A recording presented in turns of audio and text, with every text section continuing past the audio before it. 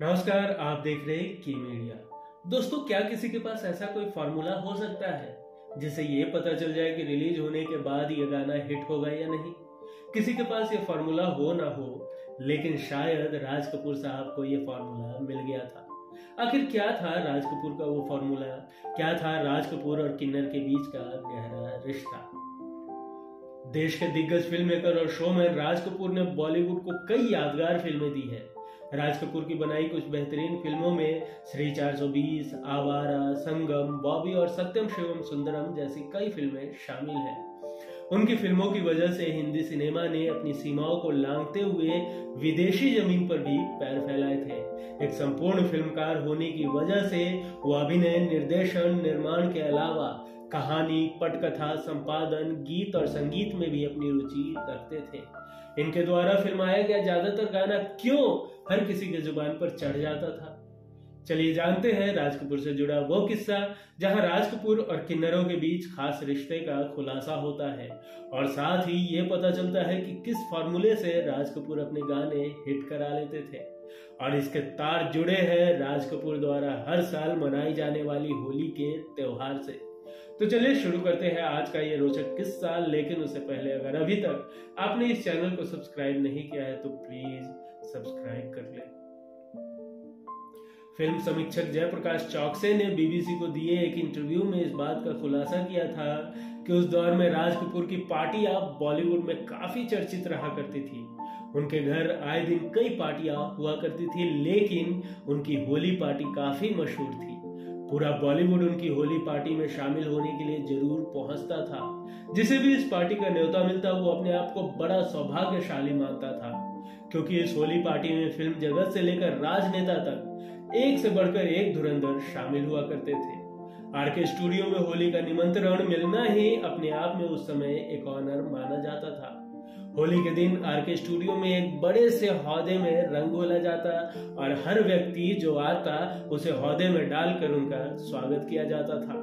आपको बता दूं कि इसकी शुरुआत पृथ्वीराज कपूर ने की थी और यह होली का जश्न राज कपूर के समय तक चला।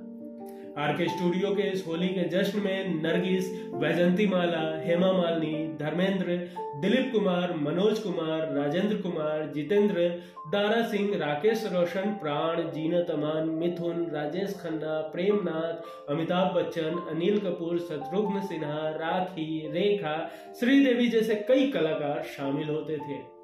लेकिन एक सुपरस्टार इस होली में शामिल नहीं होता था, वह थे देवानंद साहब। दरअसल इसकी वजह कोई नाराजगी नहीं थी, बल्कि उन्हें होली खेलना ही पसंद नहीं था, इसलिए वे इसमें शामिल नहीं होते थे। इस होली समारोह में सभी को अपनी प्रतिभा दिखाने का मौका मिलता था। अपनी असफलता का दौर देख रहे अमिताभ बच्चन से जब राज कपूर ने अपना टैलेंट दिखाने को कहा तो उन्होंने इस होली समारोह में रंग बरसे भीगे चुनर वाली गाना गाया। इसके बाद तो वहां समा ही बंध गया और बाद में ये गाना उनकी ही आवाज में यश चोपड़ा की फिल्म सिलसिला में इस्तेमाल किया गया।